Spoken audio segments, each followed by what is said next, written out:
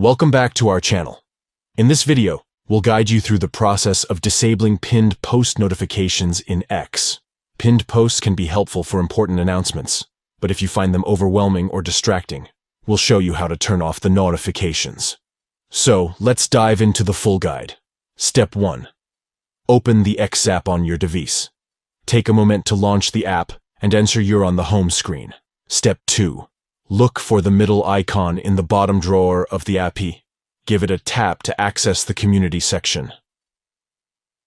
Step 3.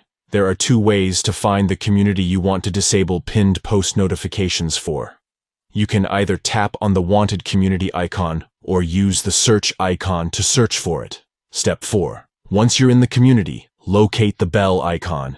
Give it a tap to access the notification settings. Step 5. Within the notification settings, you'll find an option labeled Pinned Posts.